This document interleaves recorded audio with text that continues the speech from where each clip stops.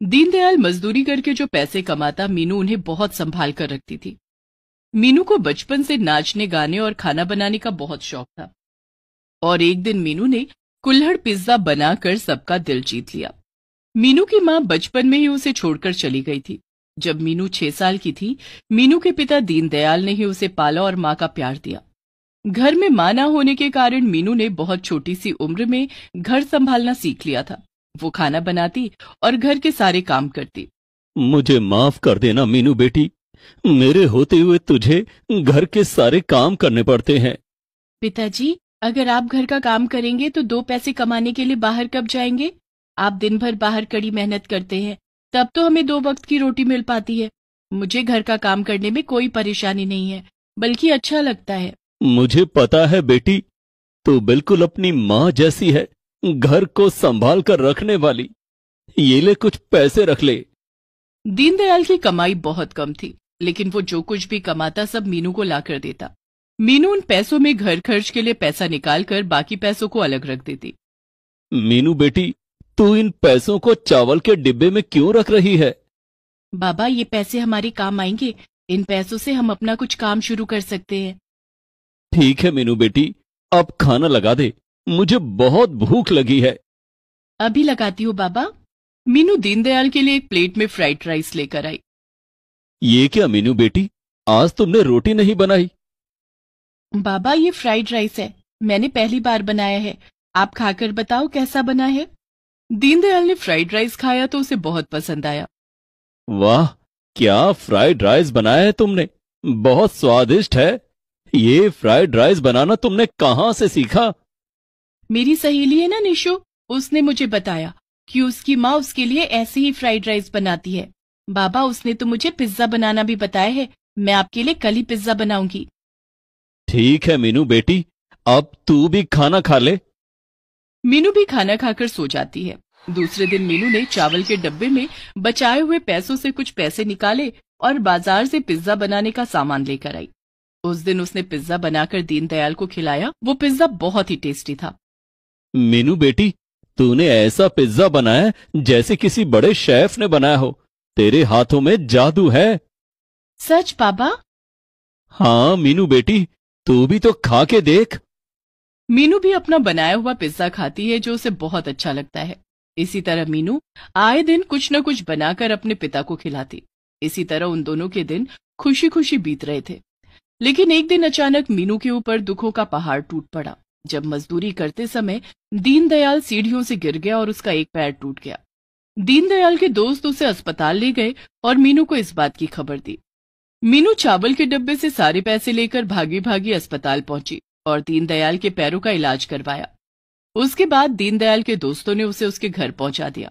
घर आने के बाद, मीनू बेटी, ऊपर वाले ने हमारे साथ इतनी नाइंसाफी क्यों की? इस हाल में मैं कुछ काम करने के लायक नहीं रहा। अब घर का खर्चा कैसे चलेगा? आप परेशान मत हो बाबा, कुछ न कुछ उपाय जरूर निकल आएगा। चिंता तो अब मीनू को भी थी, क्योंकि उसके बचाए हुए सारे पैसे दीनदयाल के इलाज में खर्च हो गए थे। लेकिन मीनू एक खुशहाल और जिंदा दिल लड़की थी। वो कठिन परिस्थितियों से हार मानने वाली नहीं थी। दूसरे दिन मीनू घर के बाहर बैठी थी, तभी उसकी सहेली निशु वहां आई। वो 2 कुल्हड़ में चाय लेकर आई थी। उसने एक कुल्हड़ मीनू को देते हुए कहा, ये ले मीनू, ये कुल्हड़ वाली स्पेशल चाय मेरी माँ ने बनाया है, सोचा तेरे लिए लेती चलूं। मीनू ने कुल्हड़ वाली चाय पी। कुल्हड़ में चाय पीने का स्वाद ही अलग होता है। ये आम चाय की तरह नहीं होती। इसकी खुशबू मन को खुश कर देती है।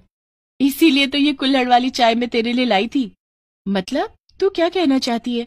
कल जब मैं अपनी माँ के साथ बाजार गई थी तो देखा एक आदमी कुल्हड़ में पिज्जा बेच रहा था और उसका पिज्जा खाने के लिए लोगों की भीड़ लगी हुई थी। कुल्हड़ में पिज्जा? हाँ, कुल्हड़ में पिज्जा। तू तो पिज्जा अच्छा बनाती है, तू क्यों नहीं करती ऐसा कुछ? लेकिन अब तो मेरे पास पैसे नहीं बचे हैं, घर में खाने के लिए एक दाना नहीं है। मैं कुल्हड़ और पिज्जा बनाने का सामान कैसे खरीदूंगी? मैं अपनी माँ से कह के तुझे कुछ पैसे दिला दूंगी। जब तेरा काम चल जाए तो पैसे लौटा देना। क्या आंटी जी पैसे देने के लिए मान जाएंगी? हाँ, मैंने तो माँ से बात भी कर ली है। तो रुक, मैं अभी पैसे लेकर आती हूँ। निशु अपने घर गई और अपनी माँ से पैसे मांगकर लाती है और मीनू को दे देती है। इन पैसों से तू कुल्हड़ पिज्जा का काम शुरू कर दे, तेरी सारी परेशानी दूर हो जाएगी। मीनू ने वो पैसे ले लिए और घर आकर दीनदयाल को सारी बात बताई। मीनू बेटी, ऐसे किसी से पैसे लेना अच्छी बात नहीं है। तू अभी निशु के घर जाकर इन पैसों को वापस कर दे। लेकिन बाबा, इसमें गलत क्या है? जब हमारा काम चल जाएगा तो मैं ये पैसे निशु को वापस कर दूंगी। ठीक है मीनू बेटी, लेकिन मुझे तेरा ये काम करना बिल्कुल अच्छा नहीं लग रहा है। तुझे मेरी वजह से ये सब करना पड़ रहा है। बाबा, आपने जानबूझकर तो कुछ नहीं किया ना, और हो सकता है हमारा ये काम अच्छा चल जाए और ज्यादा आमदनी होने लगे, फिर तो आपको मजदूरी करने की भी जरूरत नहीं पड़ेगी। दूसरे दिन मीनू ने बाजार जाकर कुल्हड़ और पिज्जा बनाने का सामान खरीदा और घर आकर कुल्हड़ में पिज्जा बनाया। फिर उसने घर में रखी एक टेबल को बाहर निकाला और उस पर कुल्हड़ वाला पिज्जा रखकर आवाजें लगाने लगी। आइए आइए, कुल्हड़ वाला पिज्जा खाइए, आइए आइए, कुल्हड़ वाला पिज्जा खाइए। लेकिन आवाजें लगाने के बाद भी कोई उसका कुल्हड़ वाला पिज्जा खाने के लिए नहीं आया। इतने में निशु वहां आती है। क्या यार निशु, मैंने इतनी मेहनत से कुल्हड़ वाला पिज्जा बनाया लेकिन कोई ग्राहक ही नहीं आया। लगता है मेरा कुल्हड़ वाला पिज्जा यूं ही बर्बाद हो जाएगा। ऐसे कैसे बर्बाद हो जाएगा? तू अपने पिज्जा को अलग तरह से बेच। अलग तरह से कैसे? देख, तुझे तो नाचने गाने का भी शौक है, तो तू आवाज लगा, आइए आइए, कुल्हड़ वाला डांस पिज्जा खाइए। और जब कोई ग्राहक तेरा कुल्हड़ पिज्जा खरीदने आए तो उसे डांस करते हुए पिज्जा देना। फिर देखना, लोग तेरा डांस देखने भी आएंगे और पिज्जा खाने भी आएंगे। अरे वाह निशु, तेरा आइडिया तो बहुत अच्छा है। अब मीनू ने ऐसा ही किया और आवाजें लगाने लगी। आइए आइए, कुल्हड़ वाला डांस पिज्जा खाइए, आइए आइए, कुल्हड़ वाला डांस पिज्जा खाइए। मीनू की आवाज सुनकर राहगीर चौंक गए। अरे भाई, ये कुल्हड़ वाला डांस पिज्जा कैसा होता है? पता नहीं भाई, मैंने तो पहले कभी नहीं सुना। चलो चलकर खाते हैं, हम भी देखें ये कुल्हड़ वाला डांस पिज्जा क्या है। सभी लोग मीनू के स्टॉल के पास आए और बोले, अरे जरा हमें देना कुल्हड़ वाला डांस पिज्जा। अभी लीजिए बाबूजी। मीनू डांस करते हुए सबके हाथों में कुल्हड़ वाला पिज्जा देने लगी। सभी ग्राहकों को मीनू का ये अंदाज बहुत पसंद आया। लोग उसका डांस देखने और कुल्हड़ वाला पिज्जा खाने के लिए आने लगे।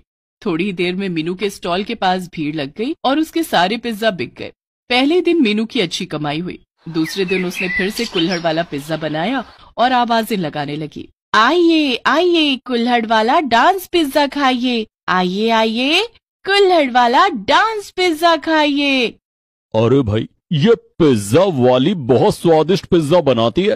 पूरे शहर में इसकी तरह डांस करते हुए पिज्जा कोई नहीं खिलाता, और रेट भी काफी रीजनेबल है। चलो चलकर पिज्जा खाएं। हाँ हाँ भाई, चलो। इस तरह सभी लोग मीनू के स्टॉल पर कुल्हड़ पिज्जा खाने आते हैं। मीनू सबको डांस करते हुए पिज्जा देती। अब पूरे शहर में मीनू के चर्चे हो रहे थे कि कोई कुल्हड़ पिज्जा वाली है जो डांस करते हुए सबको पिज्जा खिलाती है। दूर दूर से बूढ़े, बच्चे, जवान मीनू का कुल्हड़ पिज्जा खाने के लिए आने लगे। इस तरह से धीरे धीरे मीनू का काम बहुत अच्छा चलने लगा। उसने निशु के पैसे भी उसे लौटा दिए। कुछ दिनों के बाद दीनदयाल का पैर भी ठीक हो गया। मीनू बेटी, अब मैं ठीक हो गया हूँ। मैं काम पर जाने लगूंगा। तू ये कुल्हड़ पिज्जा का काम छोड़ दे। पिताजी, इस कुल्हड़ पिज्जा के काम की वजह से हमारे मुश्किल भरे दिन अच्छे से कट गए। मैं तो कहती हूँ कि अब आपको मजदूरी करने की कोई जरूरत ही नहीं है। आप भी मेरे साथ पिज्जा बनाना और बेचना। मजदूरी के काम में बहुत जोखिम है और फिर रोज रोज मजदूरी भी तो नहीं मिलती। कुल्हड़ पिज्जा के काम से अच्छी कमाई हो रही है। इस काम को छोड़ना अब ठीक नहीं है। निशु ने सही समय पर मेरी मदद की और मुझे अच्छी सलाह दी है। तू ठीक कह रही है मीनू बेटी। मैं भी अब तेरे साथ कुल्हड़ पिज्जा बनाया करूंगा। दूसरे दिन से मीनू ने दीनदयाल को भी कुल्हड़ पिज्जा बनाना सिखाना शुरू कर दिया। अब दीनदयाल और मीनू दोनों मिलकर रोज से ज्यादा कुल्हड़ पिज्जा बनाने लगे और बेचने लगे। दीनदयाल पिज्जा बेचने में मीनू की मदद करता और मीनू डांस करते हुए लोगों को पिज्जा खिलाती। इस तरह से कुछ ही दिनों में उनका कारोबार अच्छा चलने लगा। अब उन्होंने एक छोटी सी दुकान खोल ली और लोगों को कुल्हड़ पिज्जा खिलाने लगे। मीनू की सूझबूझ और निशु की मदद से उनका कुल्हड़ पिज्जा का काम एक व्यवसाय में बदल गया और अब मीनू और दीनदयाल की गरीबी दूर हो गई थी। आशना शहर में रहकर लोगों के घरों में काम किया करती थी। वो जो पैसे कमाती उसे